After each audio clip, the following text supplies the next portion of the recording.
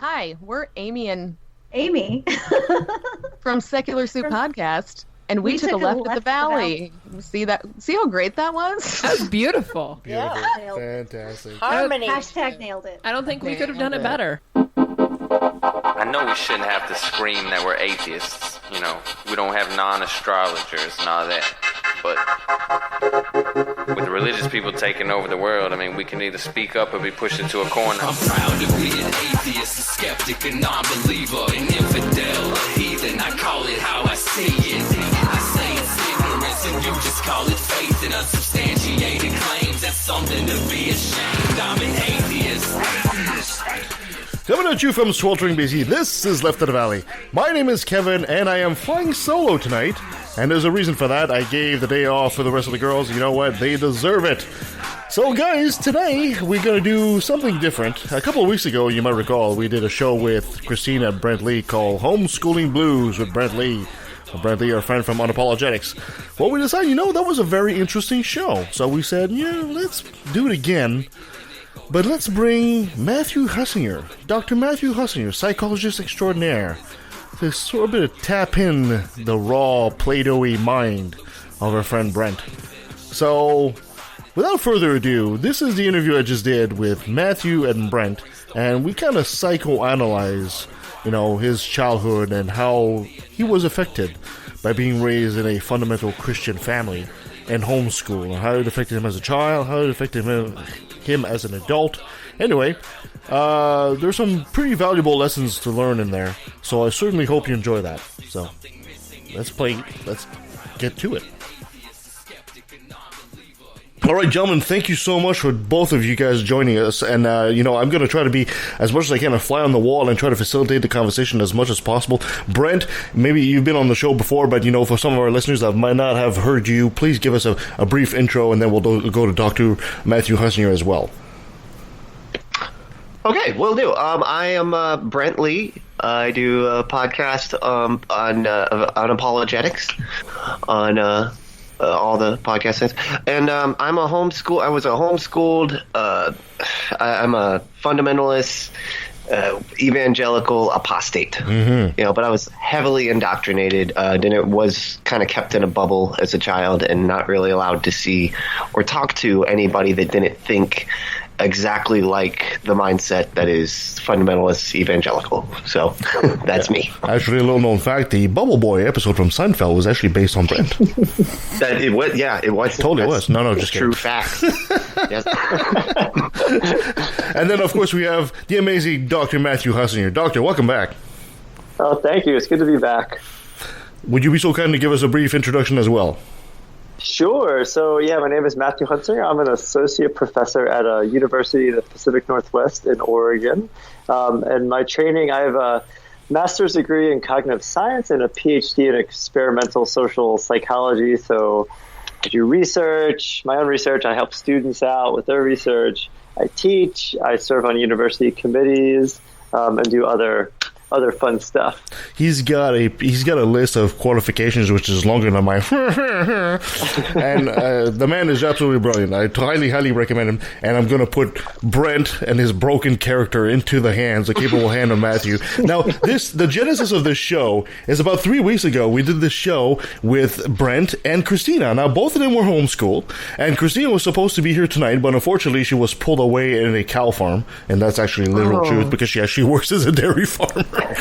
What? She does. How do I not know? I've been listening to your show and I don't know that. Oh my goodness. Yeah, she does. And you know what? She actually makes good money at it too. Believe it or not, she makes I think it's between $20 and $30 an hour just doing that, milking cows. Who would have known? Awesome. Anyway, so right. Long story short, it was an interesting episode. But we all, Kristina, the way she is, she kind of monopolizes the conversation a bit, and I kind of felt that Brent didn't quite get a fair shake at the tree, right? She kind of yaks a whole lot, and that's why we love her. And I thought, let's bring them both back, but bring somebody much more competent than I. And we thought, well, let's think of a psychologist that can handle these two. And of course, Matthew Hunsinger was the first one that came to mind, obviously. So So, I'm flattered. So I kind of wanted a more professional opinion, and Brent was kind enough to accept exposing himself, revealing himself, and so that's great, and I really admire the courage that the man has. So Brent, tell us maybe to start with go into the past there and say, give us the setting of the family, how you were raised, and how you came out of, well, maybe not yet, but how you were raised as a Christian evangelical there. Okay, so I was raised in a family of, let's see, I have 3 siblings, and I was homeschooled, and my older sister was homeschooled, and then we had some big financial change, and my 2 younger brothers went to actual school, but I remained staying homeschooled and everything throughout the entire time. So I was homeschooled from beginning to end. I did try a couple schools in middle school, but I only stayed for a week, and I did not know anything. I was I tried to kind of be. They just expected you to be right where they thought you would be as a middle school kid, and I was not where they thought I would be as far as the knowledge that I had up until that point was not aligned with the school that I was in. So it was really, it was terrifying. That was like one of the most terrifying things I've ever had, because I didn't know how to function. So I, would cry, I cried a bunch and was like, I can't do this. I don't know how to, I can't do this, But so they took me out of that, put me back in homeschooling, and I stayed homeschooled throughout my entire high school time. And I got a teacher. It was like a tutor, and she came and like I would go to her house, and there was like me and 2 other people, and she homeschooled us, and she was very much she looked like Anna Green Gables. Like, she just wore the getup, and and it was just very much like super strict, super fundamentalist. Most of the science was teaching us about how evolution is not true, and things like that. All the writing was writing Bible verses. It was super heavily just a lot of religion involved. Now, right off the bat, sorry for interrupting you there, Brent. You said right off the bat, you're the eldest of your brothers, right? I'm the oldest brother. My sister is older than me. Okay, but you, was she homeschooled as well? She was, yes. So is it fair to say that, because you said your 2 siblings after that, your 2 younger brothers, were essentially put into the public system? So is it fair to say that you and your sister were essentially the guinea pigs to see if they could actually homeschool you guys? Hell yeah, yeah. My dad made that pretty clear, actually. He's like, I'm not going to mess up with the next 2. Okay. Now, Dr. Hunsinger, is this, in your experience, is this something that's fairly common with new parents? Do they think they can actually outdo the public system? Well, I'm not familiar with the research on how many parents choose to homeschool versus public school. I mean, the thing is, I live in an area of the country that's very liberal, progressive, and there is that group of parents that homeschool their kids because they don't, I guess for the same reason, maybe as your parents did, Brent, that they didn't feel like the public school system was adequate, but for very different reasons. Not because it wasn't Christian enough, but because people I know maybe would say that the public school system is too regimented and too focused on standardized testing and doesn't allow children to, kind of learn and explore the way they ideally maybe want to. And so you have these offshoots of public schools that exist, like the Ward-off school and self-directed learning and stuff like that. So, but I don't know. I don't know what the stats are. I would imagine the majority of parents in greater society in the United States, I would imagine, would probably send their kids to public ed, but that's a good question. I don't know. Because I think it's fair to point out, because we have a tendency as atheists to think that homeschool equals religious indoctrination, and that's true for a lot of things, but they're not the only ones to homeschool their kids. You'll also have parents that are liberal and left-leaning that'll homeschool their kids for different reasons. Often they'll feel like maybe they're anti-vaxxers, or maybe they feel that they know more than the school system, or the school system is not, or too slow, or like you said, not expressive enough, not artistic enough. So that's not clearly just a right-wing phenomenon. Right. I think we can agree with that. Okay. Well, okay, Brent, continue.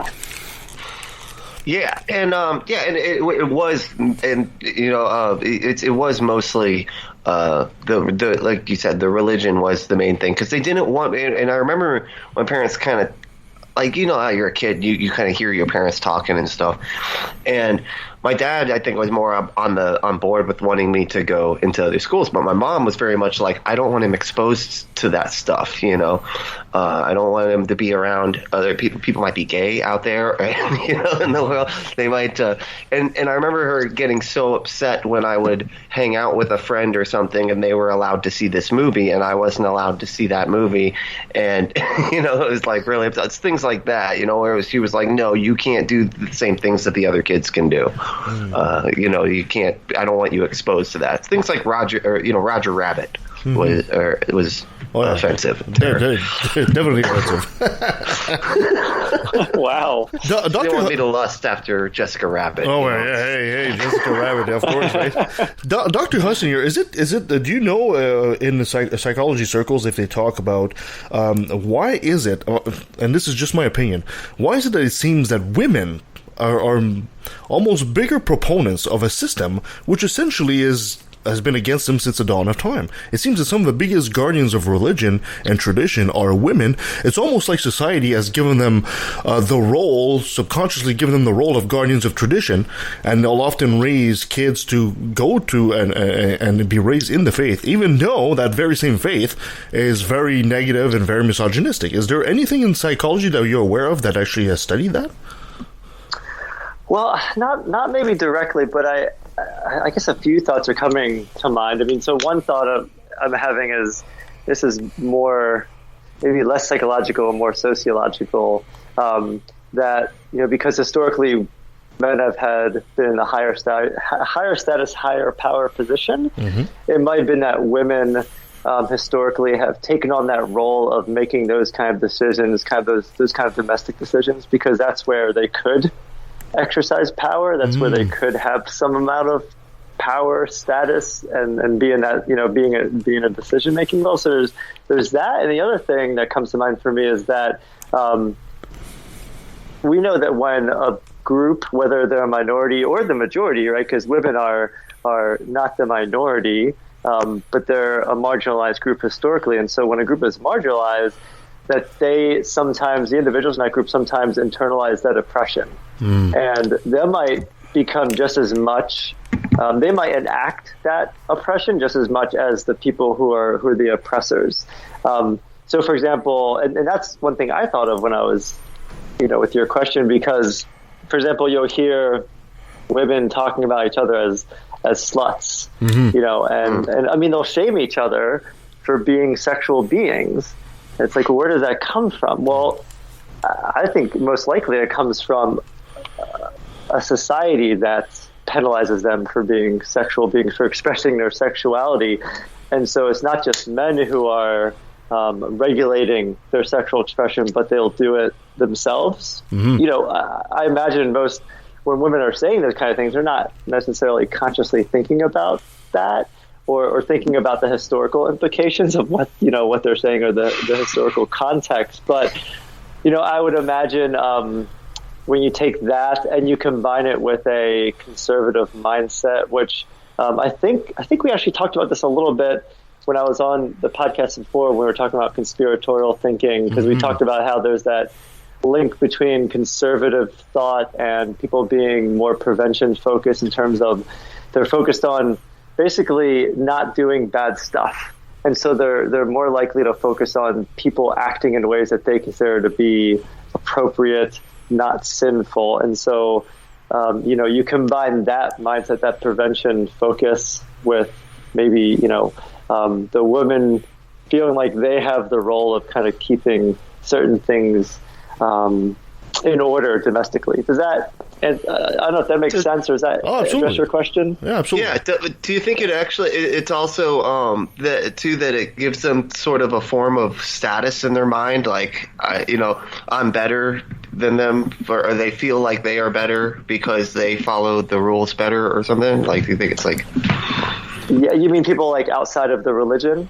No, I mean like people within the religion, and they get to judge each other, based on it, and they're like, I do it better, and so when I point out that somebody else isn't doing it as good, it kind of lifts me up. Kind of judging the fruit of the labor, essentially.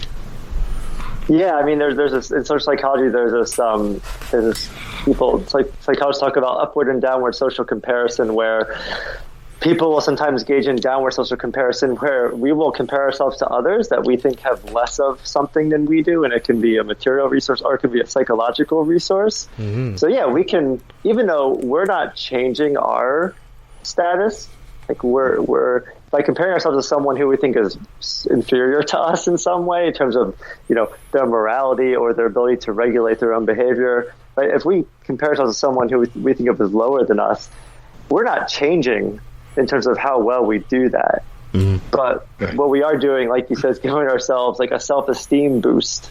Being like, oh, I'm so good at this, and I can compare myself to this person I'm much I'm much more moral than this other Christian. Yeah. Or I'm much better regulating my behavior than this other person is much more sinful than I am. Oh. So that kind. Is that what you're getting at, Brent? Yeah, exactly. It sounds so much like Donald Trump too. Yes, exactly. Well, yeah, I mean, he does that to the extreme. Yeah, let's not go into that can of worms right now. We can spend an entire other show on that. But I do want to go back to, because right now we're in the infancy of Brent. And Brent, a quick question for you, and I want the doctor to chime in on this. When did you consciously notice that you were being homeschooled and your younger brothers weren't? So how did you feel towards that? And doctor, how does that affect Brent, who's the eldest brother, but is he capable of relating properly to his other siblings when they're in these different educational systems? Well, Brent, how old were you when you were being homeschooled and they were in public ed? So we were like 6 years apart. So it was like I was pretty much just out of high school and they were just going into school. So it was like, when I was getting out, they were just starting, So okay. So what was, I guess, where were you in your life when that happened? Like, were you leaving the house and kind of going off on your own, or were your parents still want you to kind of stay in the town or in their home? No, I lived at home until I was 28. Okay, so you were still very much in the grips of that environment. Oh yeah, for sure. Okay. Well, I would imagine I'd be curious to hear what you remember feeling, but if I were in your shoes, I would have felt frustrated or angry with my parents, because I'd be like, wait a second, like, my brothers get to have this experience that I didn't get to have. Like, they get to hang out with their peers and maybe they can't go out after school and do fun stuff, but they can at least do fun stuff at school with their peers, and they get to have all these experiences that I don't get to have, and I'd probably feel like robbed of having like a normal kind of what children typically, normal as in like typical, kind of the typical childhood experience. But what did you experience? What do you remember feeling?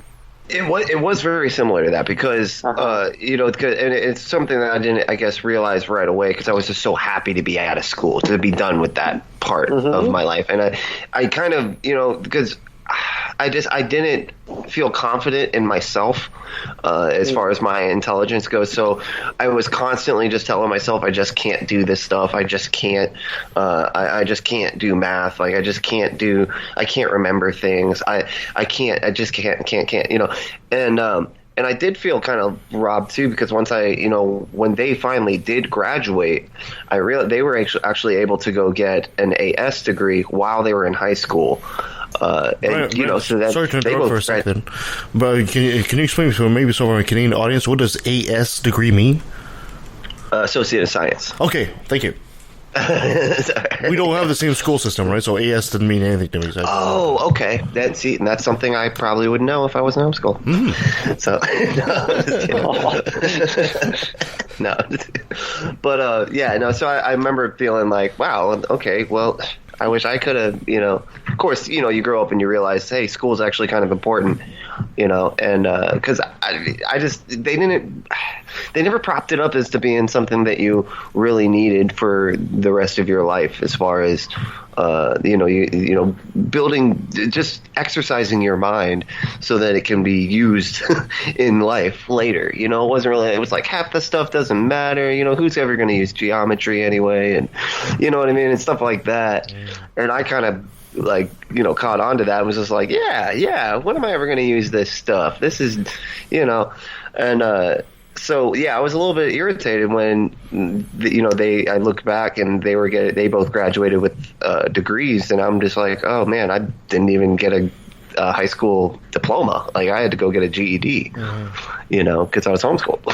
Right, and also something else I'm hearing, like in terms of what you said, is that not only were you kind of robbed of having those experiences, those socialization experiences, but you're also didn't sound like your parents homeschooled you in a way that allowed you to have a really strong sense of what in psychology we call self-efficacy, like the sense of competence, confidence in your ability to go out into the world and basically be exposed to information and synthesize it and deal with it and figure stuff out. And I mean, there are plenty of ways that our public school system can be improved in the U.S. and I'm sure in other countries as well. But, I do think one thing that's really important to help children and teenagers cultivate is critical thinking skills. Right. And you can't do that when you're telling your child, all this stuff is wrong. This is all brainwashing and propaganda.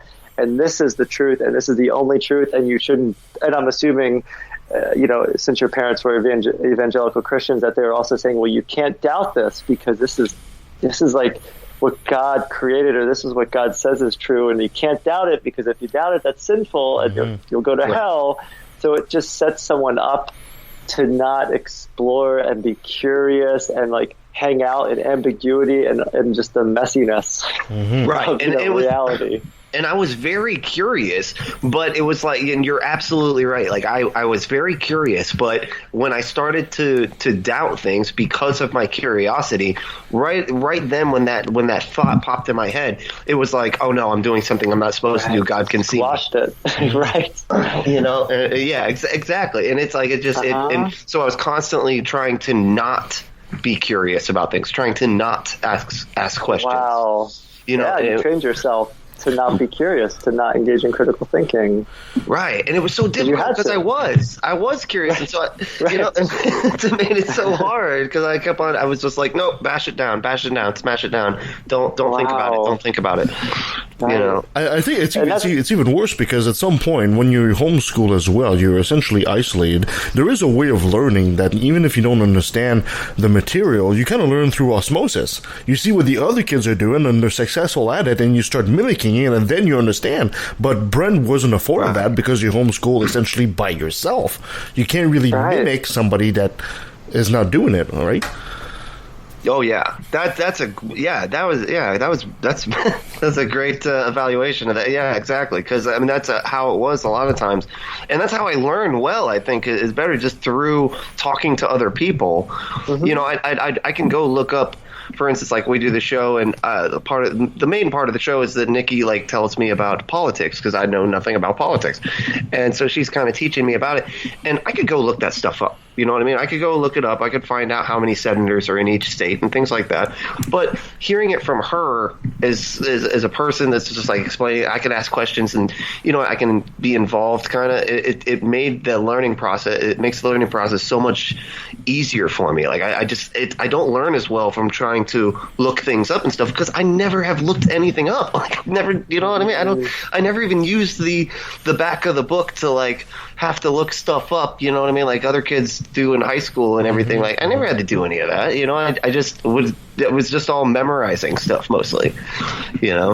And the answer was always the same thing. It was God anyway, right? And that was pretty much yeah. Jesus. Yeah, Jesus. Right. And what can be particularly insidious about I think religion is that your parents didn't even have to be there to observe you doubting something, because like you said, God was always watching. So no matter where you went or whether you're just hanging out with your private thoughts, even if your parents weren't seeing that, God was. So you were never safe to be curious or to doubt. Right, and I always someone watching. Right, and I always feared that God would tell my parents. That was like the biggest fear. Jesus is a total snitch. He is, man. That's what I kept thinking. I was like, my mom's knowing I'm watching this. I know it. I know she can see that I'm watching this movie. I'm not supposed to, because God's going to tell her. Stitches because it's Jesus. Yeah, and also all of a sudden your mom's making toast in the morning, and all of a sudden on the toast it appears it says Brent is masturbating. And there you go. You just snitch on Brent. Unless she just calls you out, that's it. That's done. That one, it actually helped with that one because I didn't know what I was doing. So, no concept of masturbation when it was happening. It's like, I don't know. That feels good when I rub my. Oh man. Okay. So I guess another thing we need to explore about Brent's journey is also the fact that because there was a lack of interaction with his social peers, you mentioned a bit earlier, you were absolutely terrified. And can you explain that fear a bit deeper? And I'm sure that the good doctor will be absolutely fascinated by that. Yeah, it was like a fear of embarrassment kind of thing. And I know that a lot of teachers play on that to kind of motivate people, it seems. But to a kid that's never even been in a room full of kids, you know, to be called out as, you know, being the one that doesn't understand or didn't do the project, and the teacher says that in front of everybody. That was almost one of the things when I tried to go into that middle school that I was just like, I can't handle that, you know. I can't handle being like humiliated in front of a class because I didn't do the project that I didn't know I was supposed to do or whatever, you know what I mean? Like, you know, that was just such a that was terrifying. I couldn't believe it. Like I couldn't. I don't know. Do you think? Yeah, you know. Sorry, Doctor, go ahead. No, but I was about to ask you, Doctor, do you think some of these fears? I mean, this is a pretty traumatizing thing. It's not something you get rid of or outgrow on a whim. I mean, how is that possible that he could have carried some of that into his adult life as well? And maybe Brent can answer that question too. Yeah, for sure. I mean, it's you know, if you're spending up until middle school being homeschooled by your parents and not having the chance to really foster and deepen that curiosity and explore that and build your critical thinking skills and learn how to interact with your peers and you know, learn how to work in groups and all the kind of stuff that we just kind of naturally are exposed to being in a school system, whether it's public or private. And then you step into public ed, and it sounds like at least that one teacher was not at all supportive. You know, and almost for like your situation when you stepped into that middle school, I feel like there's a lot of parallels between that and a student who's a first generation college student who steps into college and, you know, doesn't have the model that helps guide them to know, how do I do this?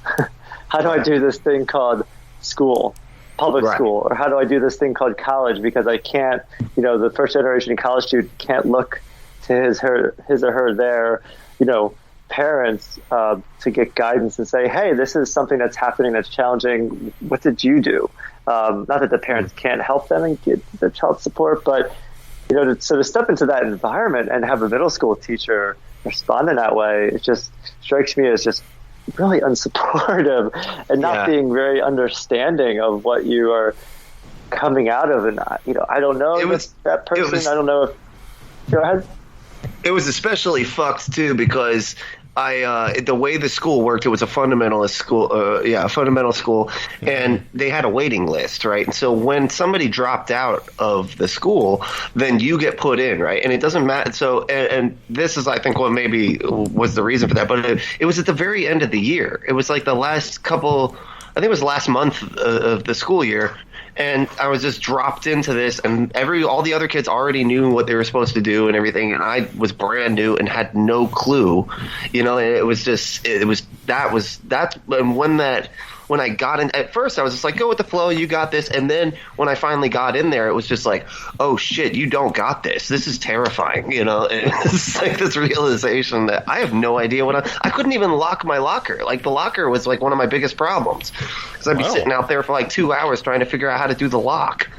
Sure. It's a stupid problem to have. Right. I mean, it's, why, you know, how could anyone expect you to know how to use a locker if you've like never used a locker before? And I could just imagine the cruelty of the other kids, because they've been doing this for like months now, and they've all known each other, and they've all been living in some kind of community. And here comes Brent, and this guy freaking can't even use a locker. It must have been absolutely horrible for you.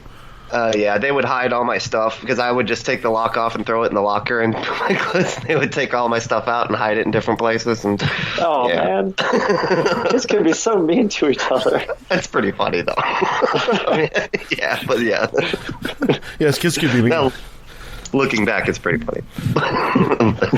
It wasn't funny at the time. It wasn't. Right. It's okay. The kids at my school were pretty mean. We actually took our math teacher, poor Mr. Pimentel, I remember his name, and he was a short fella, and they locked him up in a locker.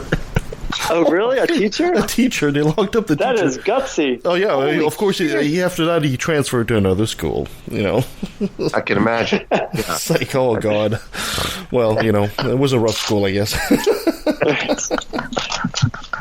And I mean, Brent, do you think that you are feeling the effects of any of that now in adulthood?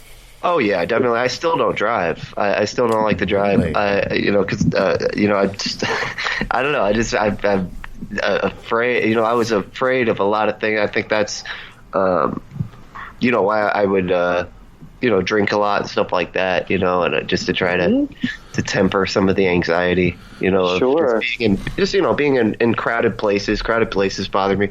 I was fine being on stage, because I actually did do a lot of church stuff, which is weird that I'm okay with being on stage.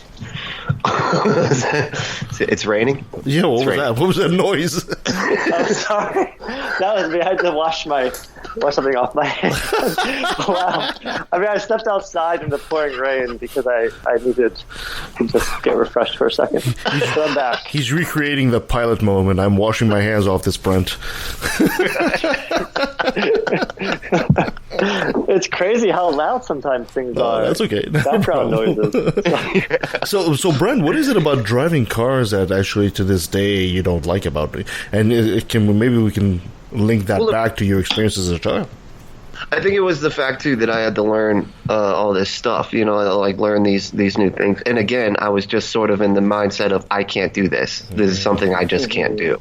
And I don't know. I guess I would have nightmares of like being in a car and be bumping into all the other cars and like having to pull over and then like exchange information or whatever, and just things like that. Just it's stupid. Like it just seems like stupid little things, but they weighed on me, and I didn't want the responsibility of being self-efficient, like you're just like confident in yourself, was too much for me. I just couldn't handle that. I didn't feel like I was confident in anything that I could learn to do, if that makes sense. Yeah, it does. I mean, when we encounter a challenge or a task, right, I mean, it really matters whether we feel like we have the resources. So is it a challenge or is it a threat? If we have the resources, it's a challenge, but we can do it. If we don't have the resources, it becomes a threat. So something as, what most people experience as mundane as driving a car, if we feel like we have the resources, no problem. But if we feel like we don't have the ability or the resources, then it becomes a threat. And so it makes sense that that you would avoid it because, well, that's one easy way to deal with that threat is just, well, I don't have to drive, so I just won't. Right. The doctor makes a fantastic point here about assets and threats, because even in our podcast, our own Nancy here, she's a senior citizen, and she still drives and she's got no problem until it's nighttime. Then her vision, I guess, is not as good. So at that point, it becomes a threat, and she won't drive at nighttime. Then I have to pick her up if it was something like this, right? So right there, right. It's a very good demonstration of the differences. She's confident during the day; she's not so confident at night, which is the perfect example.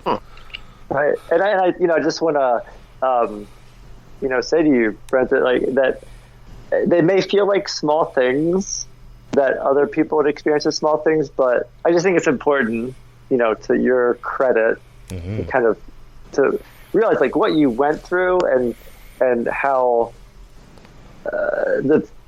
when you see people doing things around you that are really hard for you to do, that they most likely grew up in an environment where they were given the resource, like they were given an environment that allowed them a space to cultivate that sense of self-efficacy and build those skills, so that it's either easy or it's a little challenging, or it's a big challenge, but it doesn't, they don't experience it as a threat. Whereas there's so many things that could be experienced as a threat if you're coming into your adult life not being given that chance to really have confidence in your own abilities. Right, and it's so weird. It's really odd to me that when I became an atheist and I was actually unsure about how we got here, and unsure and okay with saying I don't know, about these big questions and stuff like that, then my confidence actually went up, which is so weird. And I've actually been just like a vacuum ever since, just sucking in all the information I can get. Great. Which, it's been very, very helpful to me. That's why one reason why I do the show, because I want to, spread the gospel,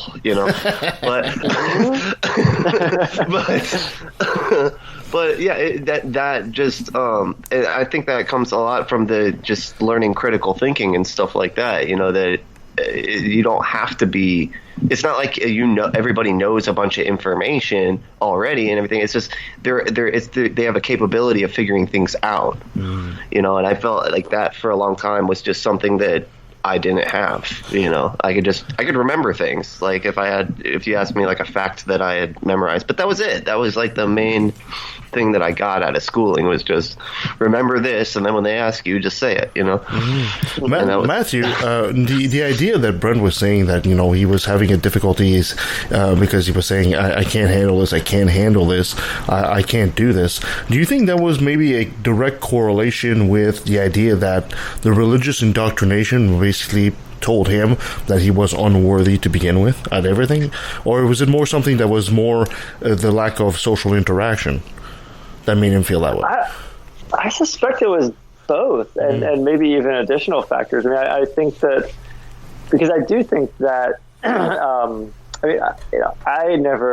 didn't grow up in an evangelical or fundamentalist Christian household, but the people I am close enough to that they'd be willing to share their more intimate thoughts and feelings. I do get the feeling that with a good number of people who are fundamentalist Christian, evangelical Christian, that there is a sense of I am nothing without God. Like, I am this sinful, horrible creature, and the only good that I do is really me acting out God's will and being a vehicle for God's love and and wisdom. And so who wouldn't be left, with that worldview, that paradigm, who wouldn't be left with a sense of ineffectiveness, like with a sense of like, well, I can't really do anything on my own because it's all God, and anything I do that's good or worthwhile is really God doing it through me, and it's not me doing it myself, or really me having the ability to do that. So I think there's that. Yeah, I think not interacting with peers. I mean, there's so much that we learn through interactions with peers, more than we probably realize we learned. Right. And it's something that most of us do.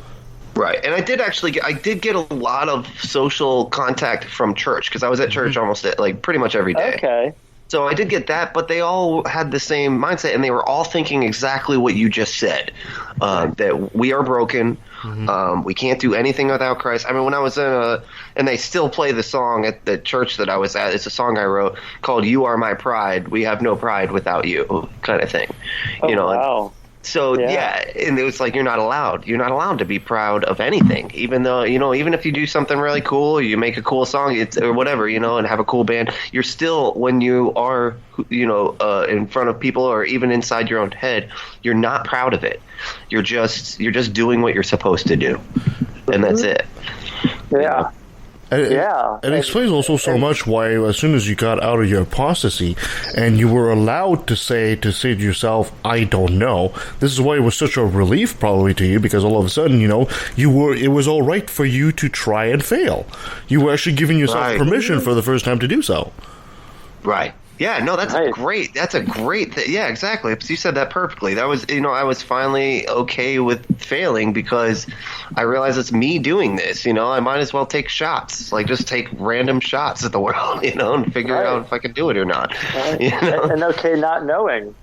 Yeah, it's okay not to know. Exactly. It's okay not to know. Right. I can figure it out, and it's like, it's crazy how that's so stifling, and you're trying to, in your own mind, you're just like, it's like chains. You put chains on your mind. Mm-hmm. Right. Yeah. And then, and I'm not saying this, I hope you don't take offense to this because I'm not trying to say something negative about your parents, but no. I do suspect that them homeschooling you the way they did as like a fundamentalist Christian education versus a liberal arts education, that probably contributed to, that feeling of not being competent, because if they just keep telling you this is God's truth, don't doubt, don't think, in a way, don't think for yourself, don't be curious, it's either we know it's true because it's God says it, or we don't understand it, but we're not supposed to understand it because it's God understands it, so don't worry about it. God's got it covered, so you don't have to understand it. You don't have to dig deeper, be curious. And I could imagine that leaving someone with a sense of not feeling very confident because it doesn't help you. Basically, it helps you learn to obey. Yeah. Right. Yeah, exactly. And that was it. Yeah, that's it. So the whole time that Brent was 12, 13, the rest of us were cocky little shits at that age, but we were trying stuff and failing and learning our boundaries. Brent was essentially told, no, you can't do it anyway, so don't even try.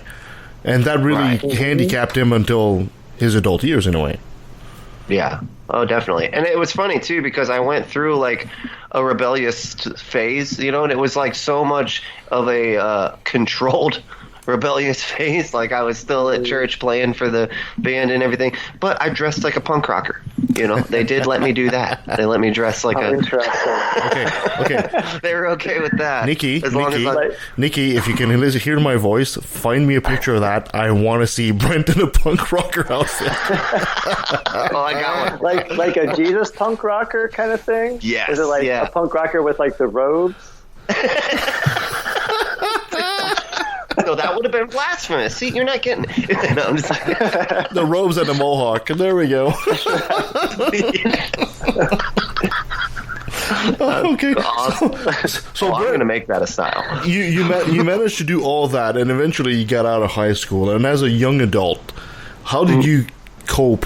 Because you were still a believer at the point, right? You weren't quite in your apostasy yet. How did you cope with an adult with that type of education? What kind of fruits were you basically harvesting from this education? Oh, it was church all day. I got super involved in church. I really liked the social aspect of church because I'm a social person, and so I loved, I would go to church literally every day. I was in tons of bands. Mostly what I did at homeschooling was play guitar. So I learned how to play guitar pretty good from a very young age. And that was we had a Christian punk band that would do, the youth events and stuff like that. And they would frame the youth event around our concert and stuff.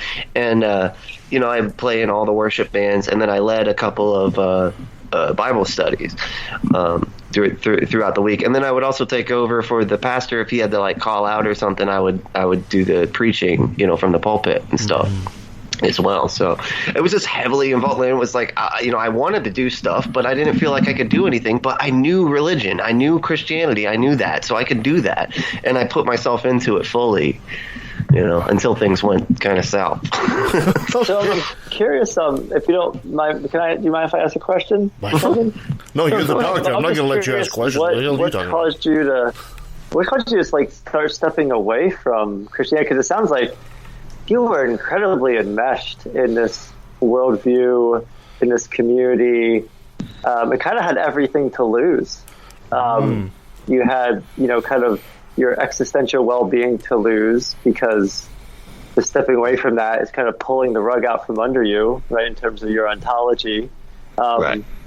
And you'd be pulling yourself out of, I don't know how strict your church was around people leaving the church. Like, I know there are some churches and some Christian faiths that will, you're dead to us. We will ostracize you the moment you step away from the church.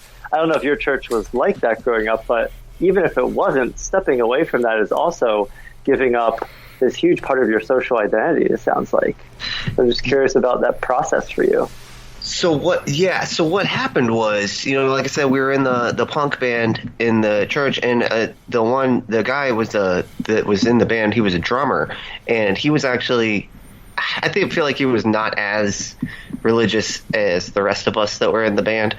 And we had a big show scheduled the one time, and I had to, and he was going off to the military, and so he was like, it was New Year's that year, and he asked his dad, he was like, "Hey Dad, I want to be able to drink a beer on New Year's." And so his dad was like, "Yeah, sure, just just take it away. There's like a little park over there. Just take it away over there so that some of the church elders and stuff don't see it." And, so he did that. I wasn't even there. That's was the story I was told anyway by him and his dad and a couple other people that were there. And so some of the elders did see him. And when that happened, our whole band kind of got blacklisted, and we were sort of ostracized before we even left, because of that. Wow. We had to cancel our show. We had to pay everybody their money back. We had, it was just a huge embarrassment. And I was really upset because I was just like, dude, that's not even a big deal. Like, even me, I was super religious. I was super down on drinking alcohol. But I was like, at the same time, like, he's going to be going where he could possibly die. Like, I'm totally fine with him wanting to have a beer on New Year's. You know what I mean? This is not, he's 18 years old. I mean, I get that's not 21, but come on. This is crazy. And so they just sort of everybody from that point just started treating me different, and starting they put and when it was told to the elders went and told everybody, they said that we were all involved in drinking. Like, it was something that so I kind of got in there by default. And so I got really upset, and I was like, you know what, if everybody's gonna treat me like this and act like I'm drinking and stuff, I'm gonna go fucking at least see what it's like,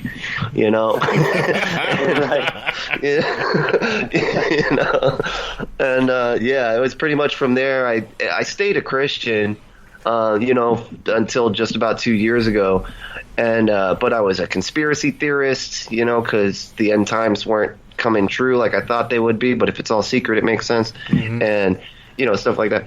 And so I don't know, it was just, and the conspiracy thing is actually what kind of started me down the path, believe it or not, the path of skepticism, because you would believe these things and like, oh no, it's the Illuminati, but then like somebody would be like, dude, this doesn't make any sense, here's why you're wrong, and I'd be like, no, but oh yeah. Shit. Yeah, okay. You're right. I am wrong about that. You know? And so, you know, it kind of started me being like, wait, well, if I'm doubting this, you know, and it's, you know, it's kind of, it was paralleled very, very much so with religion, you know, the whole Alex Jones, the deep state's taking over, it's the Illuminati, and the Illuminati's going to have the Antichrist come out, and then it's going to be the end times. And that was mainly the reason I got into that stuff, because I thought it kind of made sense for end of days type of stuff. But it, you know, anyway, but it's just like, I just, going through that, it was like I believed literally everything. Like that was the main thing that I, you know, starting to realize, hey, shit, man, you're really gullible. Like you're just believing anything anybody tells you. You know, as long as you have a good relationship with them and you feel like they wouldn't lie to you. That was the main thing, that if I liked the person, then they couldn't tell me a lie, you know, and that was pretty much, and then, you know, once I started to realize, no, even the nice people that I really care about, they still lie, you know, that was like probably what started me down the path of atheism, and finally I made its resolution, and about 2 years ago, when I was just like, you know what, this is all bullshit. I don't know why I'm holding on to this. It doesn't make sense. So what made you, what was the catalyst that made you apply that to the Bible? Good question. To apply what to the Bible? Well, like that skepticism that, you know, that skepticism that was growing in you. What made you, was there something that happened that made you apply to the Bible, that made you, you know, shift from being Christian to being atheist? Yeah, Donald Trump. He was the catalyst. Interesting. Yeah, because once, you know, I was like, dude, there's no way Christians are going to support this douchebag. There's no fucking way. And then my mom, the person that's like the most, she's the most sweetest, like Christian, just really a sweet lady. Like I love her to death. Like she was really sweet, but she's just very naive, you know. But she's the first one to point out when somebody's not, you know, worth your support because they're not Christian enough as far as like politics goes. And she was just backing him up. And I was like, wow, okay. You were just yelling about Bill Clinton not that long ago about way less, you know, and it's like, it's almost as if morality doesn't fucking matter to you. You know, it's just who's on your side, and that's it. Yeah. And that just was a major like awakening, I think, for me, you know. And then plus, you know, I met Nikki, and, you know, we started having conversations, and, you know, just about other people's experiences and stuff, because I was very much anti-LGBTQ, you know, and Nikki was like, that was the main thing. She almost broke up with me at first, you know, when we first had gotten together because of that. And, you know, and I just wasn't accepting to her describing the experiences of other people and stuff in an empathetic way. And I was starting to be like, why am I doing this? Like, why am I pushing this off like so harshly without even trying to think about their experience and put myself in their shoes and try to understand where they're coming from? And I was like, damn, it's the fact that I'm religious, and that stuff in my head is still pretty deep in there.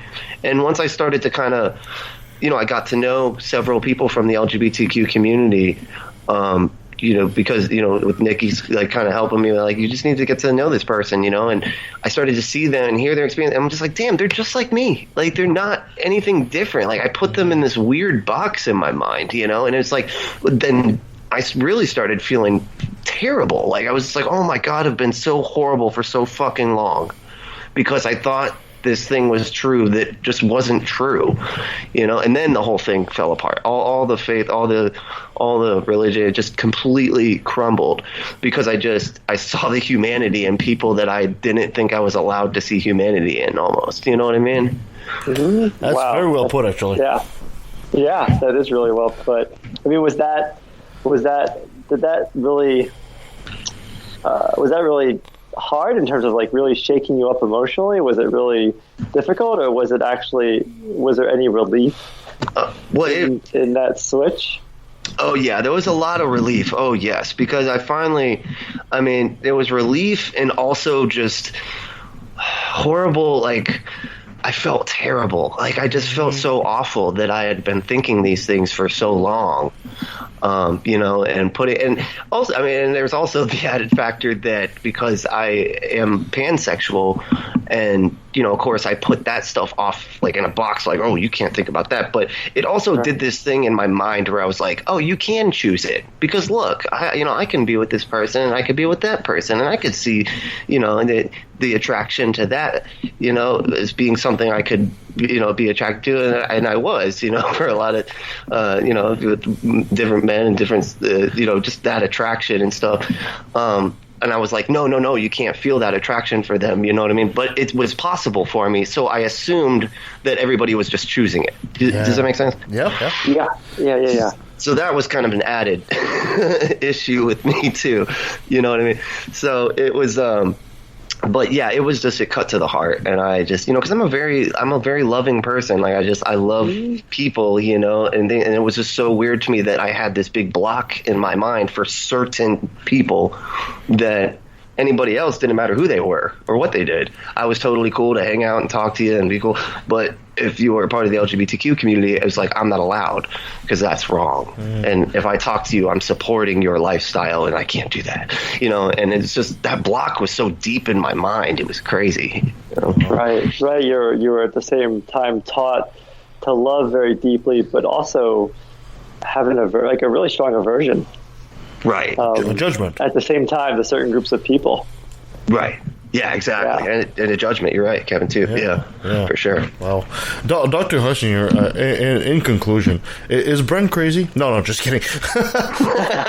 Not at all. Not at all. But my diagnosis is that he's human. That's a very fair diagnosis. For a while there, I wasn't sure either, but now I believe you. The evidence points that he is human. But for somebody who finds himself maybe on the same path that Brent's been through, but may not necessarily be at the same point Brent is there any pearls of wisdom you two gentlemen would like to give the person that's listening to this show right now and say, they're not sure about the faith, they're not sure about leaving the church, but they've been homeschooled as well, or also maybe advice for the parent out there that is actually considering raising their kids in the faith and homeschool? Is there anything you'd like to tell them as well? Do you want to go first, Brent? Yeah, sure. Yeah, you shouldn't do that. Don't do the religious homeschooling thing. Stay away. Run away from it. Yeah. You can homeschool, but don't do the religious kind. Like, Brent, you slave it. You slave it.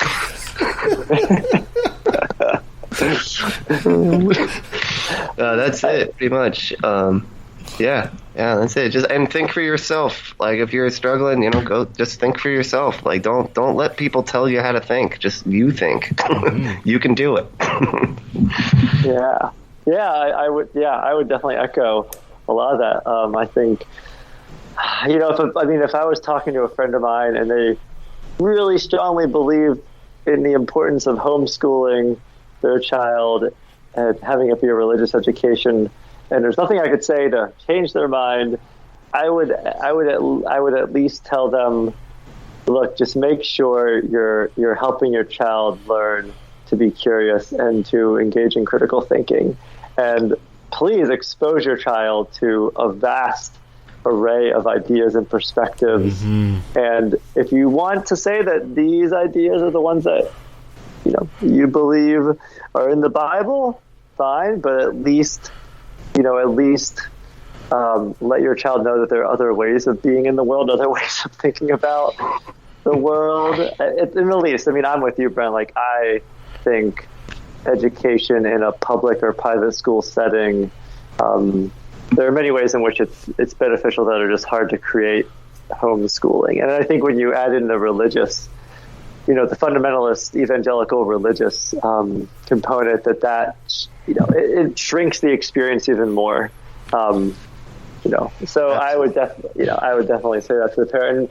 And, I think I would say for someone who is coming out of that or in that, like you're saying, Brent, I would also say, just be curious. Know that we are all capable of, achieving a deeper and more profound understanding of reality, and just know that reality is incredibly messy. And so you're going to have to wade through some ambiguity and some gray or a lot of ambiguity and a lot of gray, and just hang in there and try to enjoy the ride while you're doing it. And I'd also say, for like the kind of stuff that you are expressing, Brent, for other people who are in a similar situation, I think it's so important for someone coming out of that to really be compassionate with themselves, and really to say, okay, man, I don't like, this part of me that I'm trying to kind of let go of because of all these things I was taught. Like I was taught to hate this group and hate that group, and to just realize that, wow, like that's what happens when you're taught those kinds of beliefs at a young age. Like that's what we're going to absorb, and that's what's going to inform our emotional responses. And to say, to recognize our own humanity in going through that process, and to know, like you did, that we can shift those feelings. Yes. We learned them, so we can unlearn them. There's nothing that we learned that we can't unlearn. And as a social psychologist, as someone who focuses on the role of the social environment, my bias is towards the role of the environment, and just all the ways in which the environment does impact us, the ways in which what we believe and feel and how we behave is about things that we learned along the way. So those things can be, unlearned. And that's beautiful, Brent, that you not only kind of unlearned those judgments and those aversions for others, but also within yourself. And that's really awesome. Yes. I'm so glad to hear that. And of course, thank you. Also, you can be you in this world and not be weighed down and suppress who you are because of these beliefs that you were given. It's probably the biggest lessons right there. You can be you, and within the sound of my voice, if you're listening to this and you're going through the same kind of path that Brent went through, don't forget, you are allowed to fail. You're allowed to try, and you're allowed to fail. The biggest crime is not trying. That's the biggest crime. Right. Yes, that's the other thing I'd say. Try everything and do what you like. Exactly. Dr. Matthew Hunsinger, Brent, my friend, thank you so much for joining us today. Really, really appreciate that. Dr. Hunsinger, if people want to find out more about your expertise and all the wacky stuff you do, where can they find you? Well, I have a Google email, contact Matthew78@gmail.com. Fantastic. And Brent, my friend, it's always a pleasure to have you, my bro. Again, if people want to hear about you and your adventures with Nikki, and they find you on Unapologetics, where can they find that? And I'm just going to say this real quick. I did a terrible job of telling what the show was about last time. So, real quick, I don't know what I was doing. But, our show is called Unapologetics. Me and Nikki, we're an interracial couple. She is black and I am white. She is a super woke, a very highly educated black woman, and I am, you know who I am now.